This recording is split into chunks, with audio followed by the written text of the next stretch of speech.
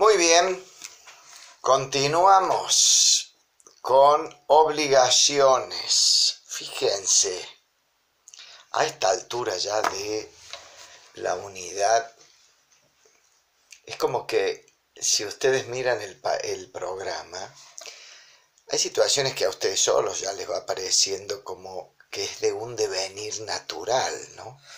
Es decir, haber planteado toda la parte general de obligaciones desde el primer punto de esta unidad, con sus elementos, el origen, las fuentes. Después trabajar en la clasificación, que no fue menor. Trabajar sobre el cumplimiento, que es lo que nos preocupaba. Yo creo que es el tema central de una unidad, hablar del cumplimiento de la obligación, pero bueno, esa posibilidad que aparece, como veíamos hace un rato, cuando la obligación encuentra por parte del deudor fundamentalmente esta imposibilidad y ver cómo el ordenamiento responde, ¿no? Y cuando yo les decía recién que hay cuestiones que surgen de ustedes mismos, de pensar, a ver, se viene algo acá. Y sí, porque si yo a ustedes les estoy diciendo que el ordenamiento prevé la acción para lograr el cumplimiento y que si se hubiera hecho imposible habrá que buscar la indemnización, hay que ver entonces cómo resguardar. Porque no pasa solamente por el recitado de la buena intención del deudor. La buena intención se sobreentiende que existe en el acreedor y el deudor. Pero bueno, hay que garantizar lo mismo. Se ve que el incumplimiento fue de toda la vida, no es de los tiempos modernos.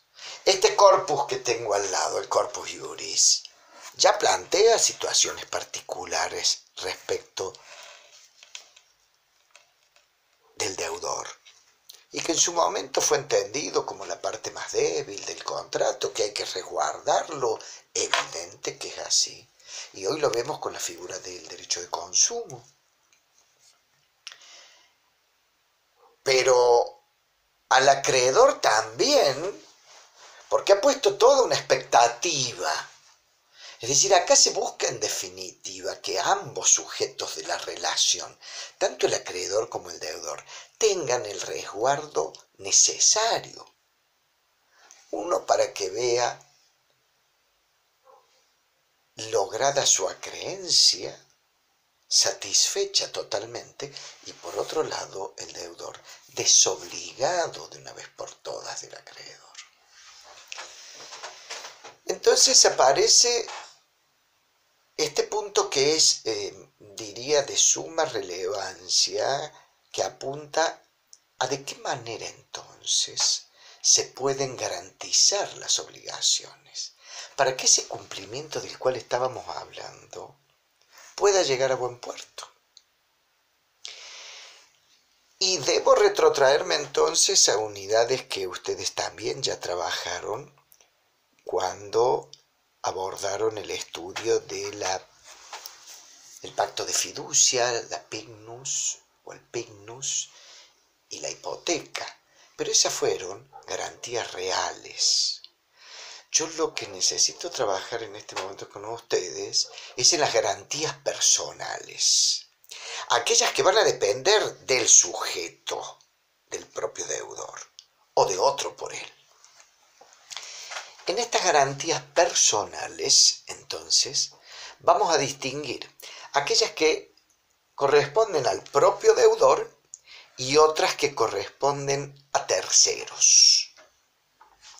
Dentro de las que podemos circunscribirlas en la órbita del propio deudor, allí vamos a encontrar a la señal confirmatoria o el arras o las arras, la cláusula penal, el juramento promisorio y el constituto de deuda propia. Serían estilos o especies de garantías personales del propio deudor, que le corresponden al propio deudor. Esta señal confirmatoria o arras que yo les mencionaba recién, como la primera que se nos presenta, es precisamente esa entrega de dinero que le hace el deudor al acreedor a los fines de probar la existencia de un contrato, en el particular un contrato consensual, es decir, aquellos que se perfeccionan con el solo consentimiento, como era el caso típico de la compraventa.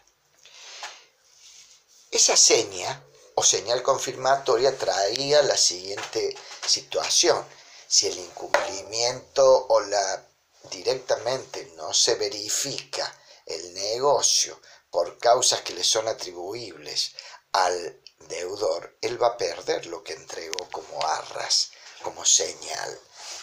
Mientras que si fuere a la inversa y se diere por cuestión o cuestiones que le son atribuibles al acreedor, éste deberá devolver in duplum, deberá devolver el monto entregado o recibido por 2, multiplicado por 2.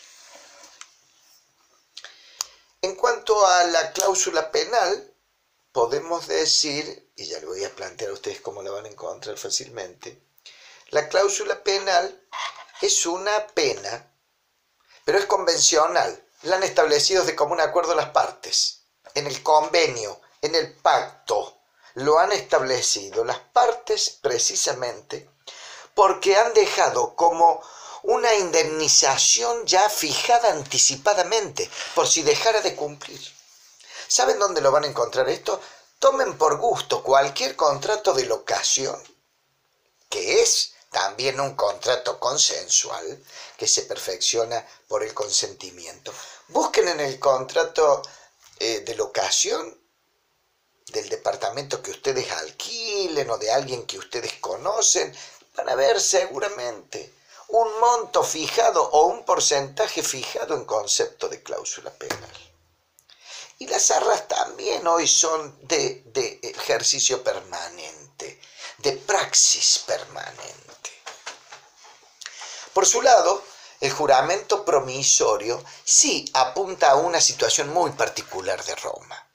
El juramento promisorio tiene que ver con esta situación que vivía el menor. Ustedes se acuerdan que el menor de 25, pero mayor de 14, es decir, que no estaba sujeto a tutela, se veía a veces privado de contratar con los terceros o contrataba, pero lo que sucedía es que los negocios solían caer y los terceros ya no querían contratar con ellos, porque al final siempre encontraba una excusa para salvarse el menor por esta situación, y es allí cuando entonces el ordenamiento dice: no, caramba, para que haya una seguridad en los negocios vamos a pedir que se le designe un curador al menor de 25 y mayor de 14. Pero este juramento promisorio viene a significar, en esta suerte de historia hacia atrás que he hecho con el respeto de ustedes, este juramento viene a eliminar precisamente la posibilidad de que el menor le termine quitando eficacia a la obligación. Es decir, es un refuerzo que garantiza la obligación asumida por el menor de 25. Por eso digo, o decimos, es una garantía precisamente por el propio deudor. Y el constituto de deuda propia, que es un pacto también por el cual el propio deudor se obliga respecto de lo mismo que estaba obligado en la relación o obligación principal, pero con distintas modalidades. Hay algo aquí que puede haber cambiado, o tiene un plazo, o tiene un modo distinto. Hay algo que puede haber cambiado, el lugar, por ejemplo, y si termina cumpliendo, el pacto termina extinguiendo la obligación. Ahora vamos a lo que serían las garantías otorgadas por un tercero, es decir, ya no es el propio deudor, sino es alguien por él. Esto es lo que se llamó en su momento las intercesiones, y estas me gustaría hacer un distingo entre las intercesiones privativas y cumulativas. En la intercesión privativa, siempre estamos hablando de la figura de un tercero. En la intercesión privativa, este sujeto que aparece en la relación, este tercero, asume una postura muy fuerte liberándolo al propio deudor. En cambio, en las intercesiones cumulativas, viene junto al deudor. Reitero, si tuviera que hacer con ustedes una suerte de abstracción, un gráfico, una abstracción, diría, dejo de lado ya las garantías dadas por el propio deudor, donde estaban las arras, la cláusula penal, el juramento promisorio y el constituto de deuda propia. Ahora me vengo a las otorgadas por un tercero y dentro de las del tercero voy a abrir una llave y voy a decir, estas se llaman las intercesiones. Pero ¿qué pasa? Las intercesiones pueden ser cumulativas o privativas. En las privativas, donde él asume el lugar preponderante, liberándolo al deudor, mientras que en las cumulativas, y llego a donde estaba recién, viene a aparecer junto con el deudor. Acá tenemos que a su vez subdividir, o en un mismo rango de igualdad, o será subsidiario. En un mismo rango es solidario, aparece la solidaridad. Pero lo que a nosotros nos importa, dentro de estas intercesiones cumulativas, la de la subsidiariedad. Allí está realmente lo que a nosotros nos interesa, a las que le podemos llamar propiamente intercesiones. ¿Cuáles son? Fianza,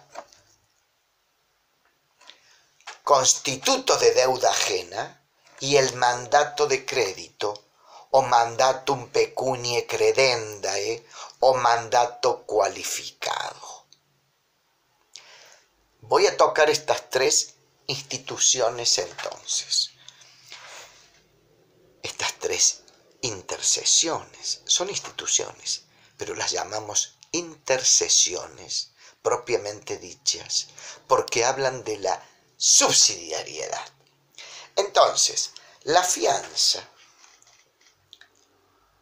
aparece como esta figura clara, rotunda, que existe hoy en nuestros días, donde un tercero asume la obligación por el deudor.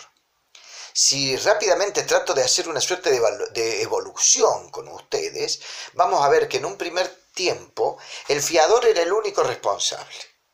Luego, más adelante, ya derecho clásico, va solidariamente con el deudor, pero con Justiniano allí sí se va a dar finalmente la subsidiariedad.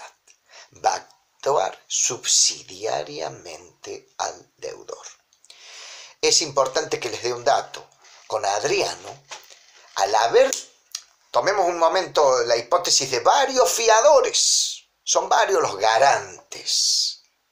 Son varios los fiadores. Bueno, con Adriano aparece lo que se llamó el beneficio de división. ¿En qué consiste? En que el fiador le puede pedir ante el reclamo del acreedor, le puede pedir que divida la deuda entre todos los fiadores, entre todos los cofiadores. Y con Justiniano aparece otro beneficio que es el de excusión. Oiga, usted me pide a mí como fiador que yo me haga cargo de la deuda, primero exíjale al deudor y después, si no puede, pago yo. También les quiero decir, este beneficio de excusión y beneficio de división lo van a encontrar seguramente en los contratos de alquiler. Vayan y lean en una cláusula donde habla del garante o el fiador del contrato, seguramente dice, en este acto hacen renuncia expresa al beneficio de excusión, de división y todo otro beneficio que pueda otorgársele a los garantes. Sigo hablando entonces de un derecho vivo, ¿no? ¿Qué les parece, jóvenes? Estamos hablando de un derecho vigente. Estamos hablando de un derecho de situaciones que surgieron hace 2000 años. Y hoy los estoy enviando los contratos de locación, caramba, para que ustedes se fijen y conmigo disfruten la existencia de estos principios principios rectores en nuestro propio ordenamiento.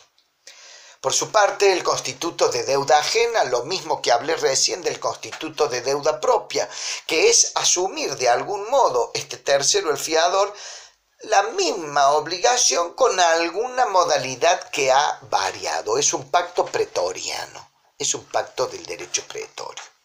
Y finalmente, el mandato de crédito o mandato cualificado, mandatum pecunia credendae, es el último estilo que quiero mencionarles a ustedes de garantía dada por un tercero que juega una situación en la figura del contrato de mandato, que ya lo van a ver ustedes más adelante. Aquí el fiador sería el mandante. El mandante le encarga al mandatario, que sería el acreedor, que le preste dinero al deudor. Vuelvo a repetir, porque hay que hacer una suerte de abstracción aquí. El fiador es el mandante. Le pide al mandatario, que es el acreedor, que le preste dinero al deudor. De manera tal, señores, que el acreedor va a tener a dos personas a quien perseguir para el cobro.